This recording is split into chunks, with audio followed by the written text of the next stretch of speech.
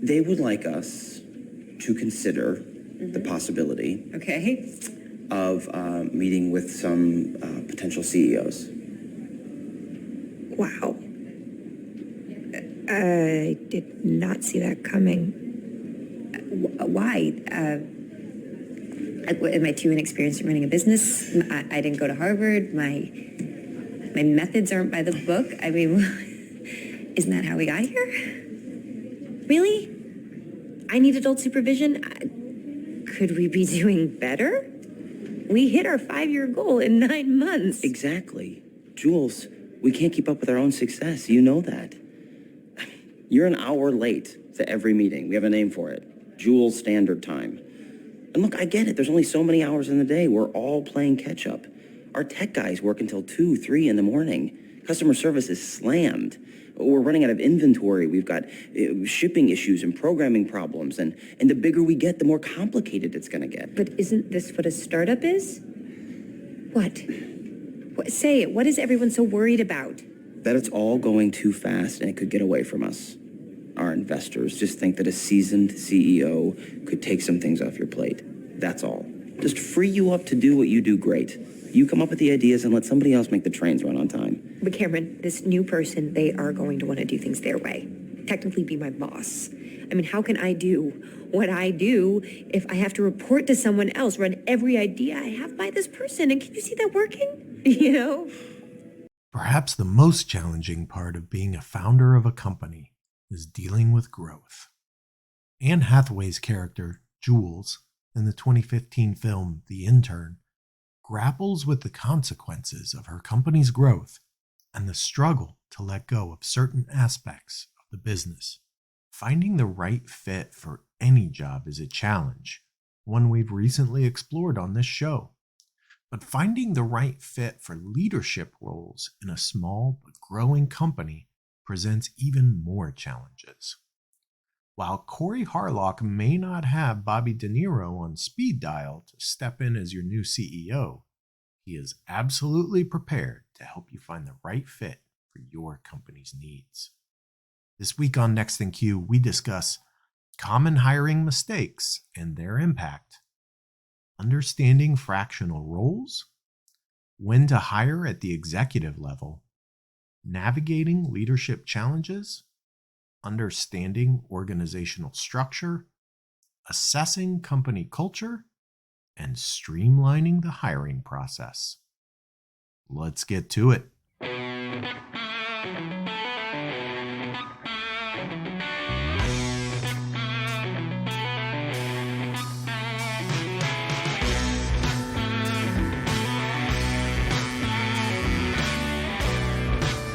Welcome to Next in Queue, the podcast for contact center and customer experience professionals. Next in Queue is brought to you by Happy 2 Vision. Eliminate blind spots and see right through every conversation with Happy 2 Vision.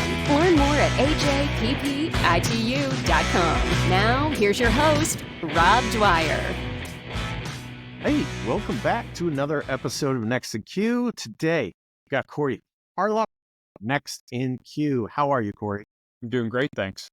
Yeah, joining all the way via Houston, but really also, if people listen to your accents, they will go, I don't know about Texas and that guy. Yeah. Tell us a little bit about yourself, Corey. Yeah, originally Canadian. Always my go-to joke is I will be speaking Canadian throughout the conversation. My wife and I moved down to Houston from Calgary, Alberta, 10 years ago. It was 10 years ago on September 22nd, I think. And so we're in our 11th year down here in Houston, Texas. I think that officially allows you to claim being a Texan at this point. You've got a good decade in. There's very few people from Houston. It's a melting pot. It's an amazing city. We love it here. Yeah. Well, today we want to talk about insourcing. I think people who have listened to this show know that we've talked about outsourcing, particularly as it relates to customer service and customer support many times. We've talked about staffing, but You run a company called Key Hire Solutions, and your focus is on bringing in talent in-house. And so that's really what we want to talk about today. Sure. And I'd like to start with, let's just start with, what are some mistakes that companies make when it comes to finding talent, particularly not frontline talent, right? We're talking about managerial, potentially up to C-suite talent. What are some of the mistakes when they go at it alone and they're looking for talent that you've run across? Sure. So the DIY hiring mistakes, and there's three big ones. Number one is not clearly defining what you're looking for.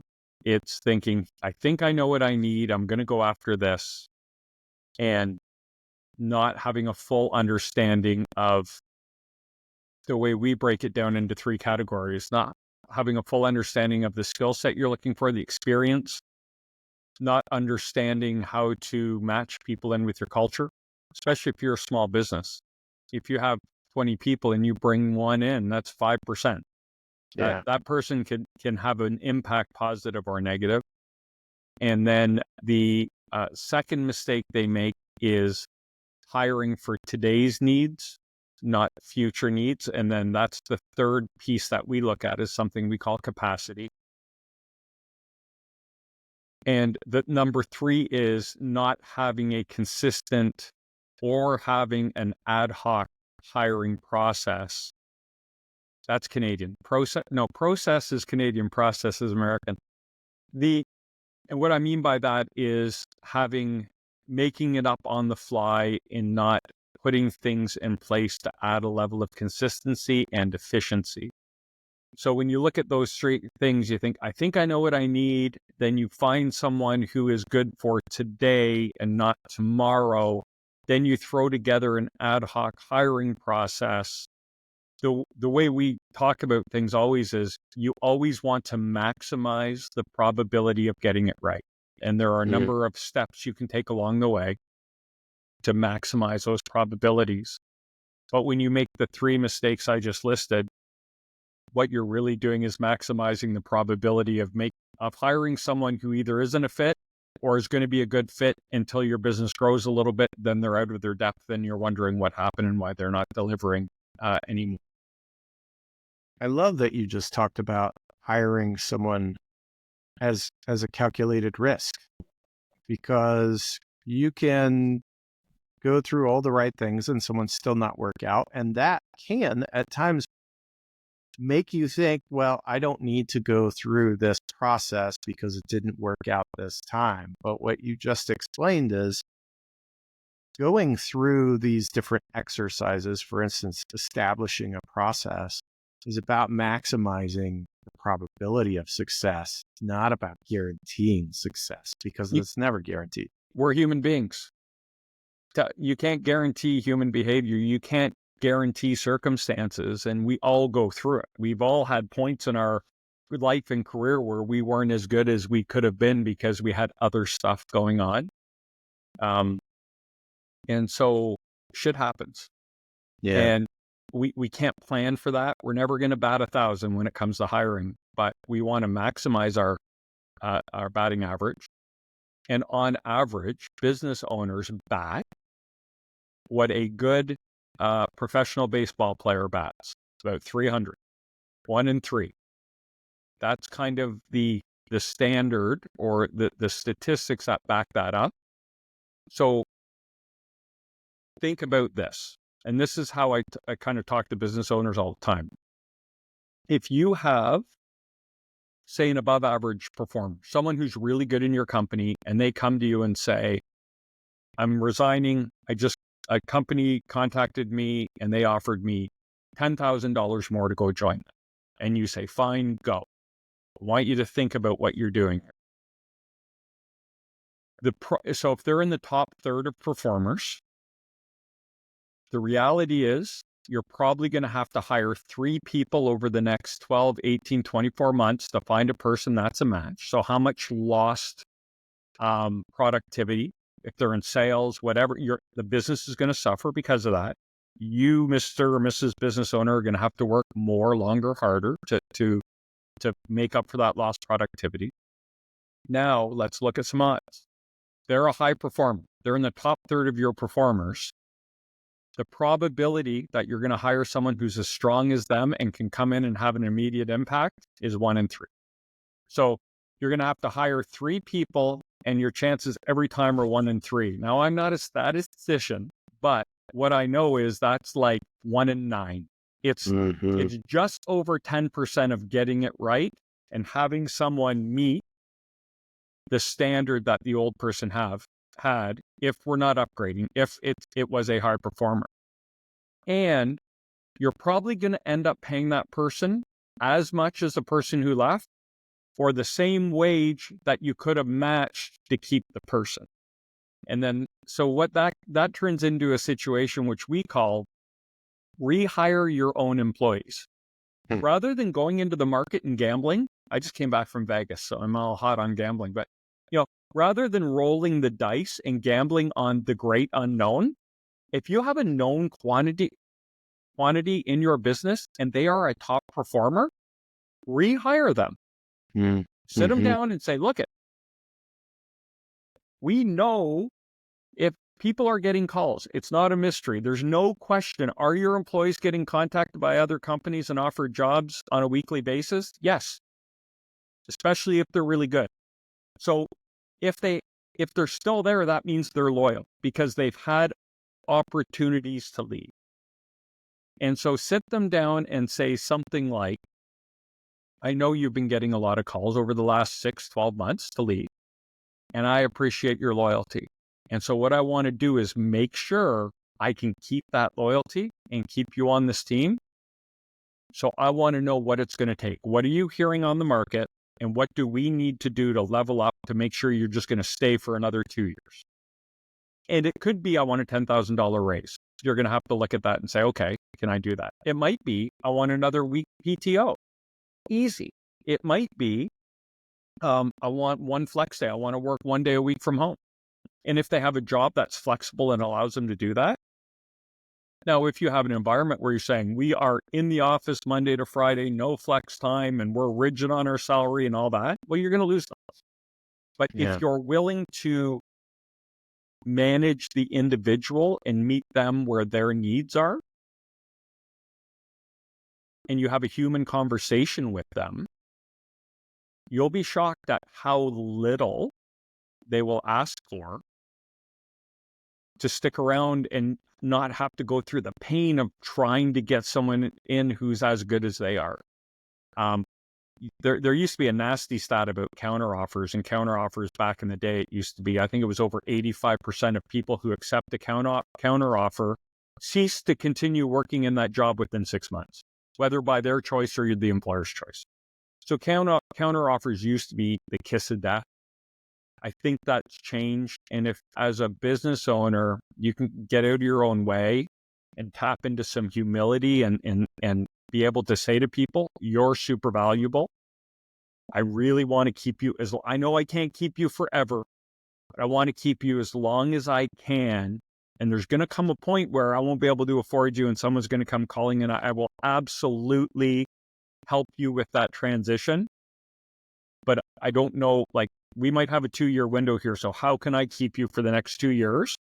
And maybe hire someone underneath you that you could mentor, because you are integral to my business. And if you were to walk out in 2 weeks, it's going to hurt.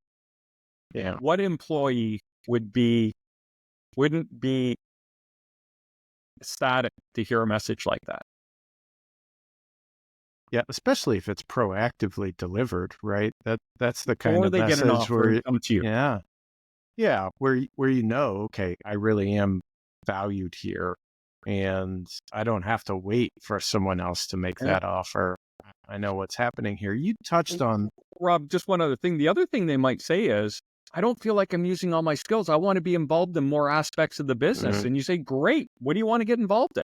So they might not even ask for money. They might ask for more experience to help them prepare for that move, especially if you say, I know you're leaving at one point. And they say, well, to make that move, I think I need to get involved in project management or whatever it is. And you can say, yeah, okay, let's work that in, but under the condition that if you're thinking to leave and I got to be part of that and I can help you with it, but let's do it together. So we can have a smooth transition. Yeah, that's an interesting point. You mentioned something that I just wanted to dive into a little bit, and that is the impact of, we hear it all the time now, this work from home versus back to the office dynamic. And obviously there are businesses where work from home is not an option, right? So if I work in a warehouse, I can't work from home. If I work, out in the field, as it were, I can't work from home. But there are lots of jobs that can be done from home. And there's, I think, a few different mindsets out there with business leaders. But I'm curious, from your perspective in working with businesses that are trying to source leaders in their organization often, what have you seen from potential employees when you talk to them about a place that is offering flex or work from home full time versus you need to be on site all the time?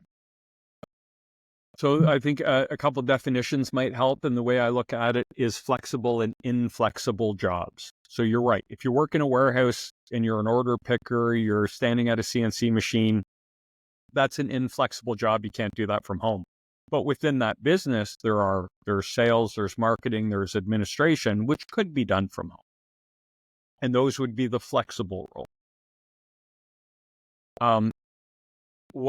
So let me kind of give you my experience in the market. I think the definition of flexibility has changed and the pendulum has swung back a bit. But what I experience when people are looking for flexibility in work, it might be a day or two from home. But what's most important to people is the flexibility to, if I have a doctor's appointment and it's at 11 a.m., I don't want to drive 20 minutes to work, then leave work for 20 minutes, go to the doctor's office, drive back to work 20 minutes, work for another 3 hours, drive home, and then work at home for 3 hours because I missed 2 hours of work or 3 hours of work going to a doctor's appointment. What people will say is, I just want the flexibility. If I have an appointment, I can just work from home, go to my appointment, and come back home and finish my work day. And my experience has been, it's not so they can not work, it's so they can get their work done but still have time in their evening and not have to work extra to get the work done they need to for that day. Or the other side of that is, my child is in a competitive sport or in band or whatever it might be. And every Thursday they play and their games are early. It's at 5:00. So I would need to leave at 4 so I can go pick them up, and I don't want to miss any of their games. And then if there's anything that needs to be done when we get home from the game or the event after dinner, I'll plug in and I'll finish up what I need to finish up. So more and more what I'm hearing is that is the definition of flexibility, or that's more of it. There's still that it's great to have a day from home or do whatever it is. So again, dealing in probabilities, this is the information I would push back to a business owner. If they say we require, even if it's a flexible role, we require them to be in the office. And I say, fantastic. So let's do some math. We need to look at a 10-mile radius around your office. Those are the people that are willing to come into work. Now, let's say, for argument's sake, there are 100 qualified people to do the role you want in that 10-mile radius. Well, 20% of those people are interested in fully in-office role. So we just went from a pool of 100 to a pool of 20. Now, of that 20, we have to find someone with the right experience, the right culture fit, the right capacity, and they want to start a new job. It's a very small, tight target. A candidate pool of 20 is, it's very, very small. Mm-hmm. And 100 people in a 10-mile radius is maybe a generous number, depending on them. So if you go hybrid, Okay, we're going to give you 2 days flexibility.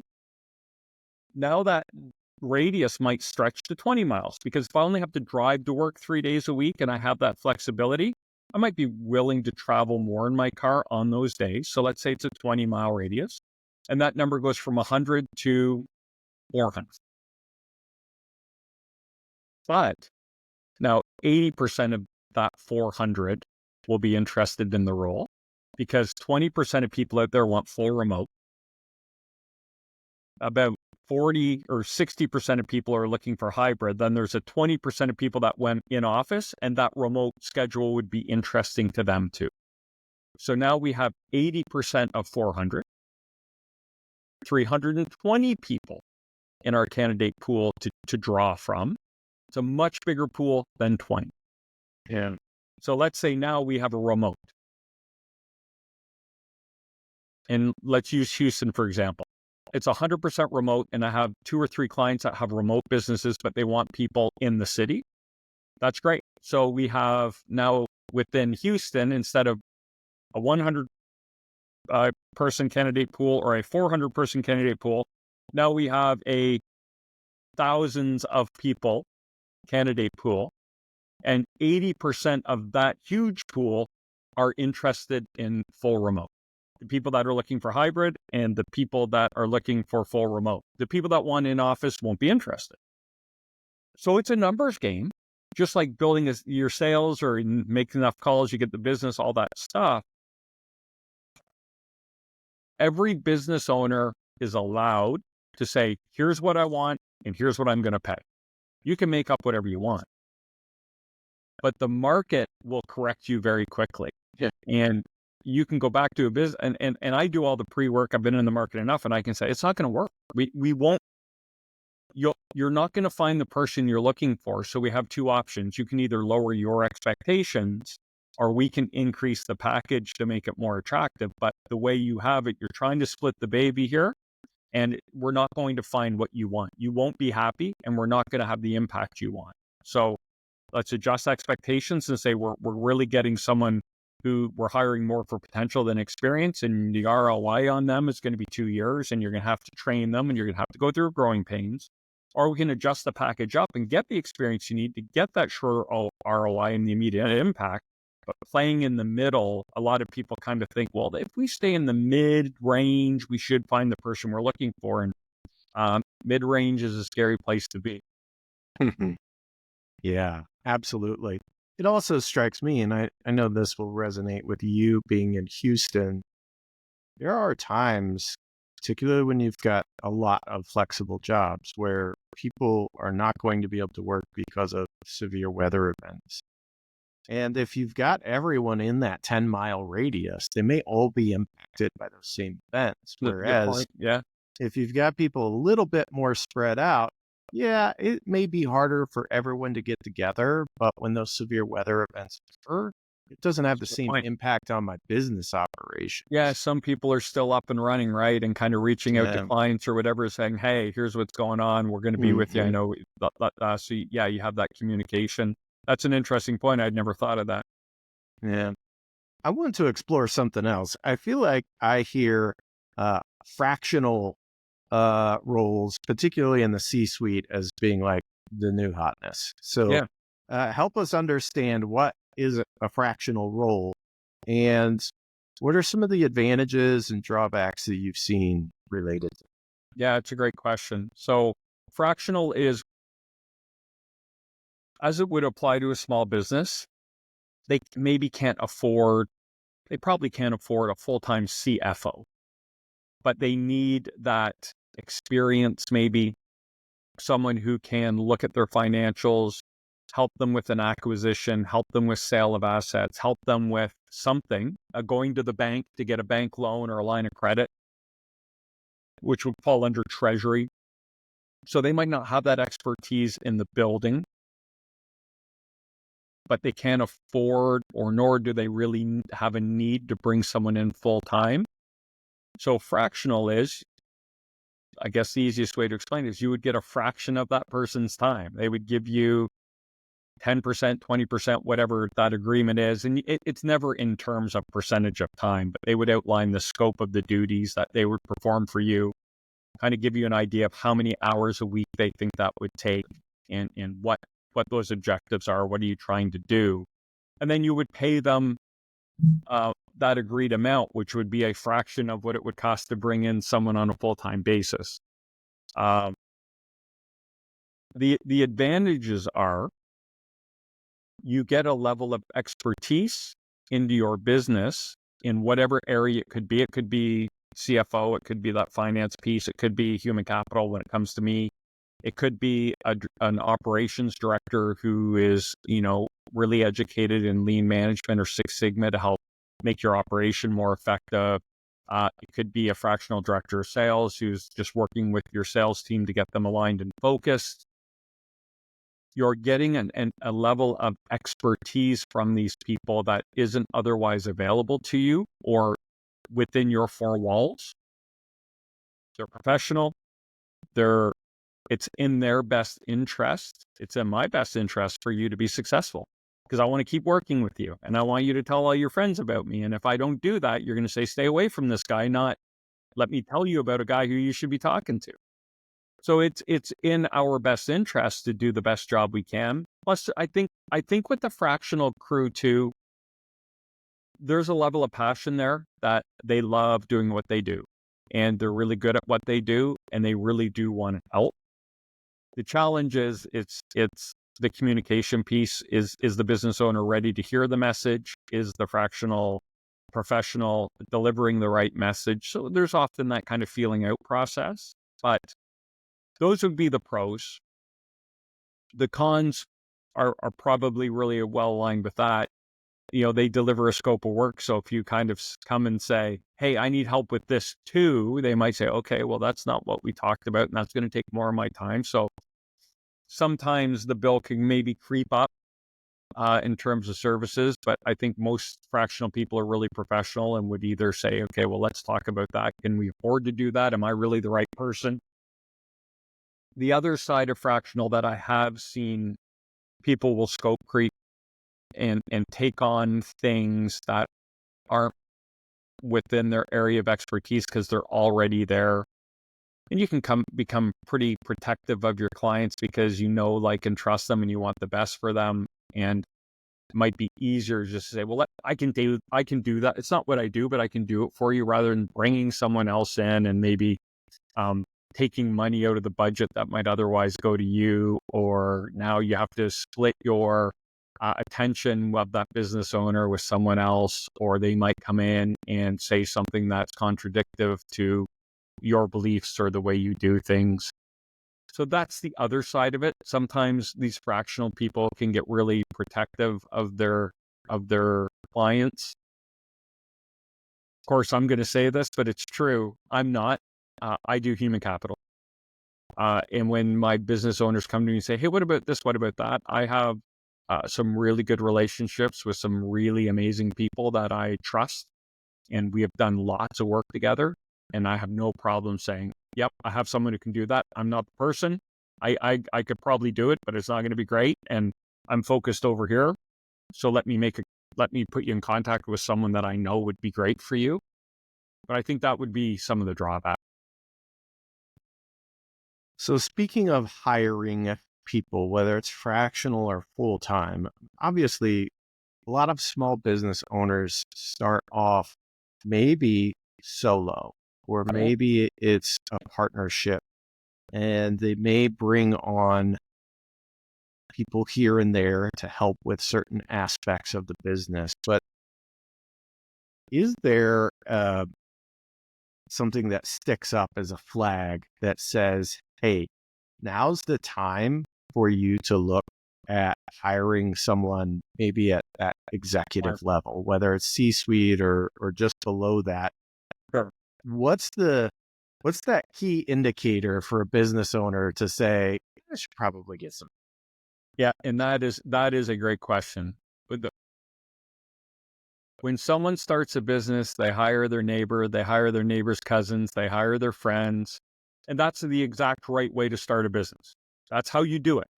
unless you have like VC funding, which is not the majority of small businesses. We're bootstrappers. We try to squeeze a penny and make a nickel. So that's the absolute right way to start a business. And the worst part about this is everyone will pitch in and give you everything they have to help that entrepreneur be successful and share in that success. And if they do a great job, what will eventually happen in most cases, the demands and the requirements of that business will outgrow the ability and experience of the people running it. And this is where everyone is doing everything. You might have a title, but it doesn't mean that's all you do. Oh, there's a fire over here, we'll all run over here. Oh, now it's over here, we all run over here, and we're all helping out. And that's the right thing to do in a small business. But eventually the requirements and demands of that business will outgrow that way of managing the business. So they'll sit down and try to think, well, who's in charge of what? And the people that used to deliver on time and be your go-to people will start to struggle. They'll start to miss deadlines. They'll start to get frustrated. You'll start having more unpleasant conversations than you used to. You'll start wondering what is going on with so-and-so. They used to be my right hand, and now it's weird. It's different. And what that means is it's time to start bringing in professionals and slotting people in where they should be and making hard conversations. The worst conversation a business owner will ever have, bar none. And I always work from the premise, small business owners are great people doing the best they can. And they don't open a business to have to hire. They don't start a business because they love hiring people. They don't open business because they love having shitty conversations. They don't open a business because they love lean management and safety manuals. They open it because they have a passion in doing whatever it is they do. And the hardest conversation they will ever have, bar none, is sitting down across the table from someone that they've been working shoulder to shoulder with for 2, 5, 10, 12 years, whatever it is, and saying, thank you so much for getting this business where it is today, but I don't think you can help me get it to there. Mm-hmm. And so what do we do about that? And so you asked about indicators about when it is time to start upgrading. I will call it upgrading the leadership. It's at that crux when it just isn't as fun. An easy way to think about it is when your only input is time. So the only way to grow the business is for everyone to work harder and work longer. That is the tipping point where you go, oh, we don't have the right process. We don't have the right system. We don't have anyone in this building who understands how to build that to make us more efficient and produce more in the same amount of time. As you know, I always say, one of the sayings I have is you're running a $15 million business on a $10 million process, and it's like redlining the engine in a car. Eventually it's going to melt. And so if you're feeling that, that's the time where you have to step back and say, we have some constraints in the business around leadership or experience, and we need to upgrade and bring in more experience and more capacity into our business. The way I always kind of break it out is, in a small business, if you're doing $25 million a year, you do not need a C-suite. There's nowhere for that person to go, and really what they become is an overvalued asset at that point. It's not a true C executive. So I always recommend start with managers. Then you can promote them to directors. Then you can promote them to VPs. Then you can go into your C-suite if you want, once you get wildly successful. But what the trap people will fall into is they have someone, they don't want to lose them. They're a manager. So we'll call you the chief executive, chief manufacturing officer. You're really a an operations manager, maybe a director. And if you go into the world and say, well, I'm the chief operations COO over there, they're going to go, yeah, but you have 3 years of experience. That how and how much revenue do you do? Well, we do $12 million a year. Okay, well, we're a $500 million a year company. I don't think you can bring any value to me. So you're not doing a service to your people by doing that. But I understand the need to show your appreciation to your people by throwing these big titles on them. It hurts them in the long run. So just, start with managers, especially if you're a small business owner, and then, move up to a director. And that move should take a while. Like that should be an 18, 24, 36 month endeavor for them to gain that experience and move into a director role. Yeah, it can be really challenging understanding what people have is in terms of skill set when they've got these inflated or odd titles at a small business that you wouldn't see in a larger organization. Most larger organizations kind of have these things mapped out with specific competencies associated with them. And there are a lot of businesses that play pretty fast and loose with titles. And it's cheaper than giving people a raise, right? It is. And that's fine as long as they stick around in that organization. But as soon as you try to go outside of the organization, not only is it a challenge for the people that are maybe looking at you for a potential role, but it can skew your vision of what you're capable of or what types of roles you should really be looking at, because title does not equal skill necessarily if that's the way things have been going. And to your point, a much larger organization is going to be like, well, yeah, but our people who have that title do a whole heck of a lot more, have way more experience. So they're not necessarily the same.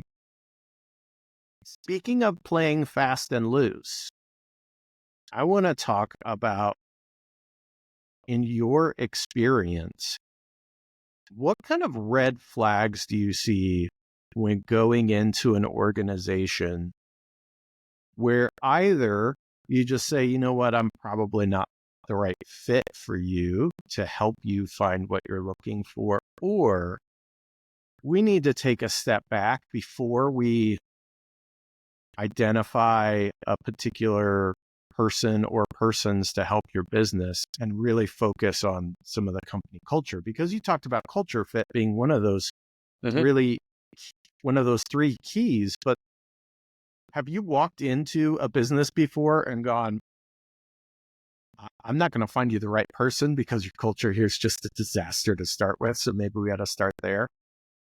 And if so, what did that look like? So yeah, that's again, that's an interesting one. I think the mistake a business owner will make is if they're trying to change the culture. They understand their culture isn't great and they're trying to move away from that. What they will tell someone is, when they're hiring them, is they'll explain how great the culture is in a forward-looking manner. And what they're trying to say is, this is what we're working towards. And then when the person starts on day one, they go, you lied to me. This place, people hate each other. You told me it was a lot of fun and you're all a great team. And the first thing I saw was 2 people fighting at the water cooler. And so that becomes a communication issue. And I have worked with a lot of clients who wanted to change a culture, and we put a plan together to help them do that. And part of that is when you hire someone, saying to them, we don't have a great culture right now, but we see you as being the first step into changing that. And we know we have things to work on, and we're going to be looking to you to help us move things in the right direction. And the right person will say, hell yeah, sign me up. That sounds good. Or they're going to say, no desire. I don't want to be in that shitstorm. And that's cool too, right? And I think the other thing a lot of people don't realize is someone is perfect for every culture. And people will sell a culture that is aspirational, maybe. They're trying to get there, and they might not ever get there, instead of just being honest about what they are. A silly example might be if this is an organization that's heavy on sales, sitting down and saying, we're cutthroat. Whoever sells the most eats the most. We post everyone's name on the wall every month. And if you're on the bottom of that list, it's not fun. And if you're at the top of the list, life is great. And if you're down to compete, well, welcome aboard. Yeah. But instead, they might say something like, oh no, we have a great, great atmosphere in the team, and we all work together. We want everyone to be successful. And if you're not being successful, we're going to help you out. But the people at we have so-and-so over there who's been at the top of the leaderboard every month for the last year. And he's great. He's going to help you out. No, he's not. Right. And so they get in there and they realize that all this support and team camaraderie doesn't exist. And had they said, look, we're cutthroat, they might have said, this isn't for me. But if it's someone who used to be a former competitive athlete, they might say, I'm game. Let's do this. I've been knocking people off their perch for the last 10 years. I'm good with that. Right. What's my runway look like? How are you going to help me do that? So it's not always about changing the culture as much as it's being honest about the culture. And for me, that's kind of, you asked about red flags, and it's really tricky because, again, I don't believe the huge majority of business owners are trying to be manipulative or trying to mislead people or trying to run a bad business, right? It's just the huge majority of business owners are doing everything they can and whatever they know to try to make their business work because they have a burden of making sure people can eat and pay the rent and put the kids through school. And it's a lot. It's a lot of pressure. And sometimes under pressure, people aren't at their best. And so we got to recognize that. But for me, it's all about humility. And if a business owner can say, yeah, I've created a bad culture here and I want to change it and I'm dedicated to it. Okay, great. Let's have a conversation. If they say, this is our culture, and sometimes I'll say to them, don't change culture. It's not who you are. You're not going to be comfortable in here. You're going to be trying to, putting a bunch of words on a page and sticking it on the wall isn't culture. In a small business environment where you have 30 employees and that business owner is walking around and everyone knows them, that's the culture. You are the culture.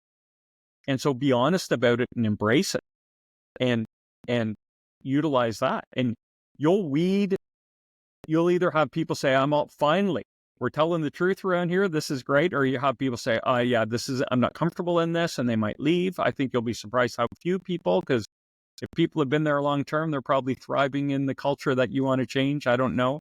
Unless it's a really detrimental, negative culture. But for the most part, you could have the ping pong table and let people work when they want and have naps at work, or you could be the person who's to a point that highly competitive. Now, if you get to a thing where we want everyone at their desk and we time your breaks, and I'm probably not going to work with that person because I think now I don't think they're trying to be bad people. I think they're trying to control aspects of their business. They've been maybe taken advantage of before because they did something wrong and it's kind of stuck with them. But you got to walk them back. And that's where that humility comes in to be able to say, okay, let's kind of pump the brakes here and talk about how is this going to affect things. Oftentimes what I'll do is explain the job back to them and say, would you want that job? No. And sometimes I bet you 50% of the time they'll say, yeah, I would do that. I'm like, no, you wouldn't. No one would. I can't in good conscience go out and find someone and tell them this is an amazing opportunity and have them leave the security of a job that they're doing really well in and they're paying their bills and they have some security to plug them in here and put them at risk. I can't and I won't ever do that. Now, the one huge red flag for me is if a business owner says, well, we'll hire them. If they don't work out in 3 months, we'll just fire them. Nope, that's a deal breaker for me. We're dealing with human beings here. These people have lives and families and responsibilities. You have to be, if we get the right person, you have to be committed to making it work. Mm-hmm. So that's a big red flag for me. Yeah. That kind of Yeah. turn and burn mentality. I can't do it. I can't sleep well at night knowing that I'm putting someone at risk. When you were talking about just being honest with your culture, it just made me think like there are, when I think about the sports world, right, there are coaches out there that thrive in that turnaround situation, right? Particularly in the college ranks. They want to go into a team that hasn't won for a while, turn them around and turn them into a winner. But after they're a winner for a few years, they start to get a little restless, right? And they're looking for that next challenge. Whereas there are a lot of other coaches that they don't want to go to a team that hasn't had a winning season in 5 or 10 years. Like that scares the Jesus out of them, and they don't want anything to do with it. They want to go into, some place that already has a reputation for winning because it's easier to get the best players in, and fan base is already supportive, and you just don't have to worry about those aspects.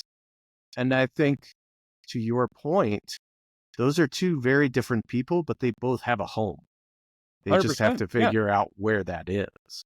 And I'll give you, if you're ever interviewing someone, so a lot of what I do is what we call builders. You're coming into a department that needs help. We have got a bunch of good people doing the best job they can, but we need direction, we need process, we need procedure. There's going to be a bit of culture change here. You're going to have to kind of roll out process, get buy-in. And you want a hell yeah or a hell no from that person. And what you don't want to fall for is, oh, I think that could be fun. That's a hell no. That's a hell no, right? Because the right person is going to go, yeah, I love that. That's what I do. That's what I've done. The best job I ever had, I did that. And I loved that job. It was my favorite job. You don't want the person who thinks about it and says, yeah, I think I could do that. That is a hell no. They know. People know inherently if they like the build or not. And I always give the analogy of if you're building a house. The first crew that come in do the foundation and the framing. The second group of people that come in do your electrical, they do your drywall, they do all that stuff.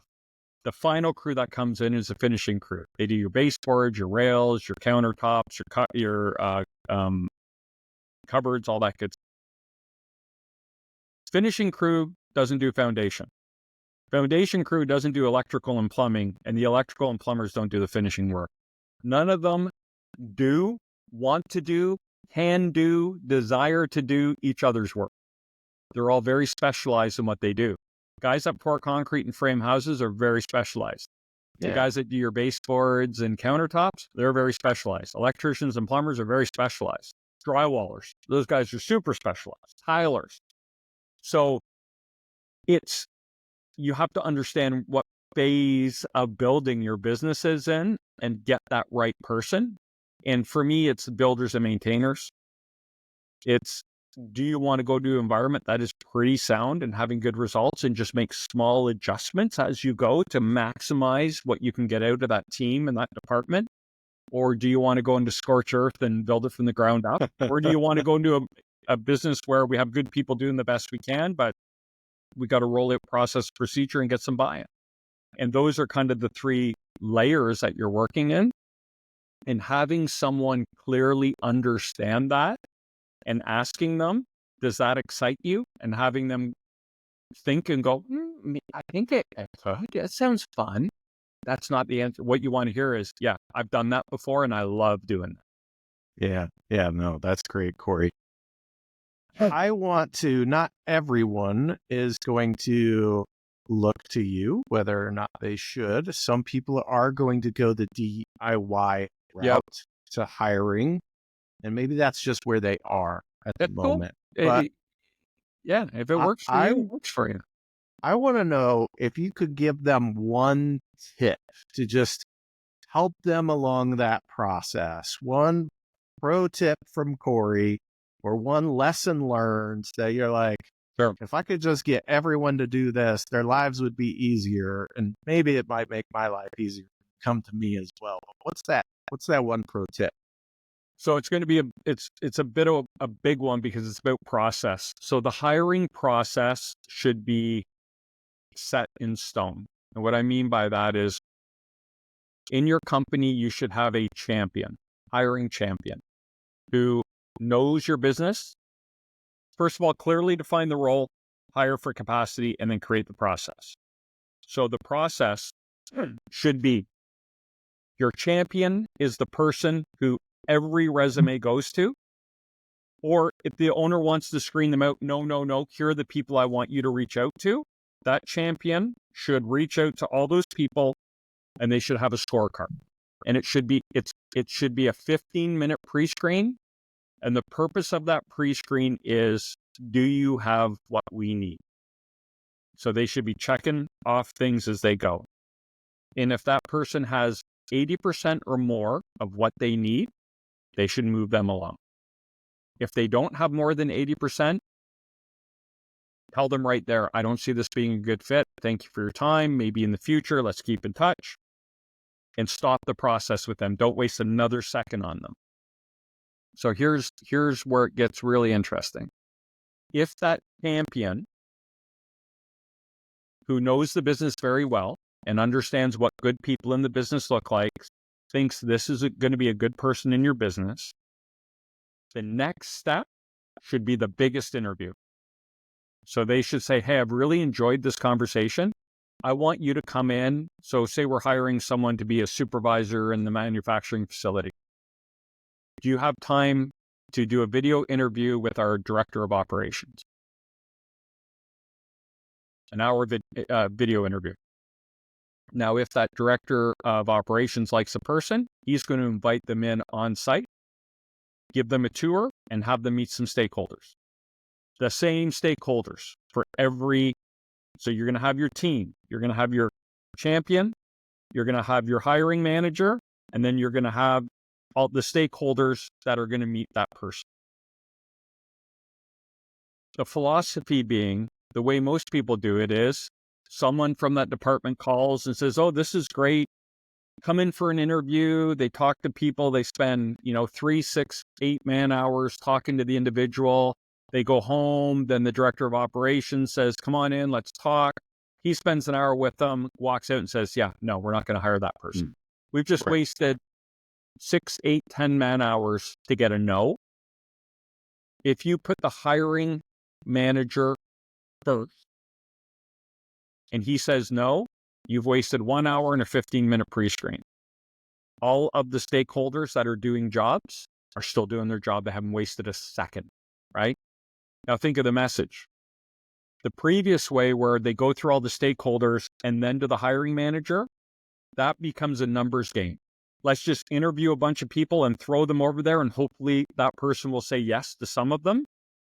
But if the hiring manager goes first and says, yeah, come on in and meet my team, what's the message now? I like them.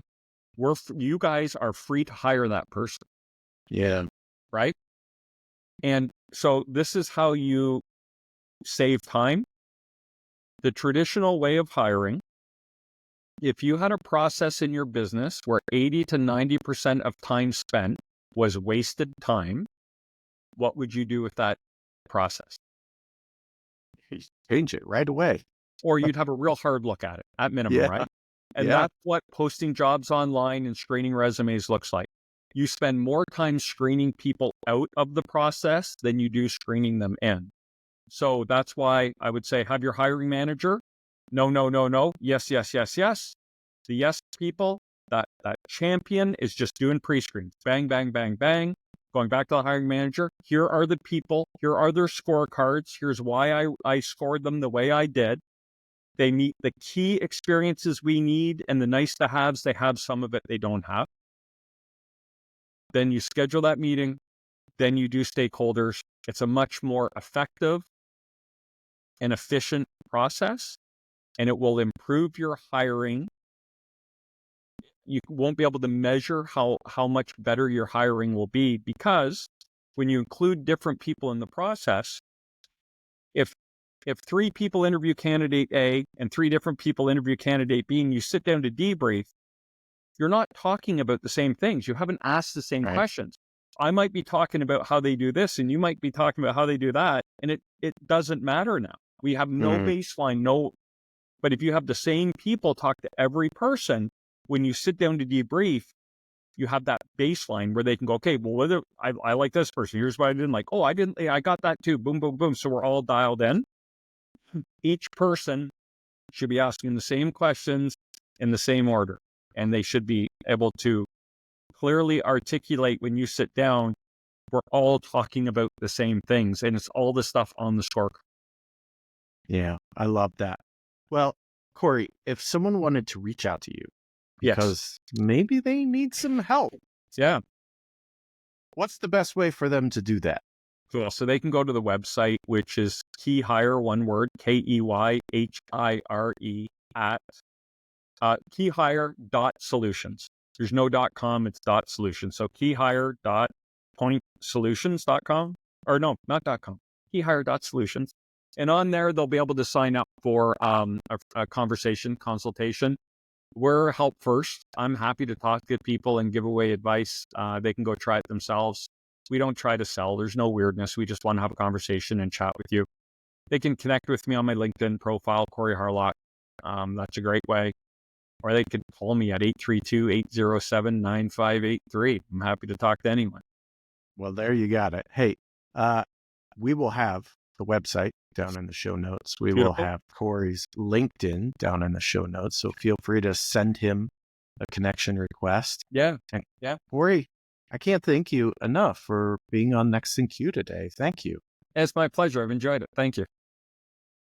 Next in Queue is brought to you by Happy To and is produced by me, Rob Dwyer. If you enjoy this podcast, please by all means subscribe and or rate this podcast in iTunes or your favorite podcast app.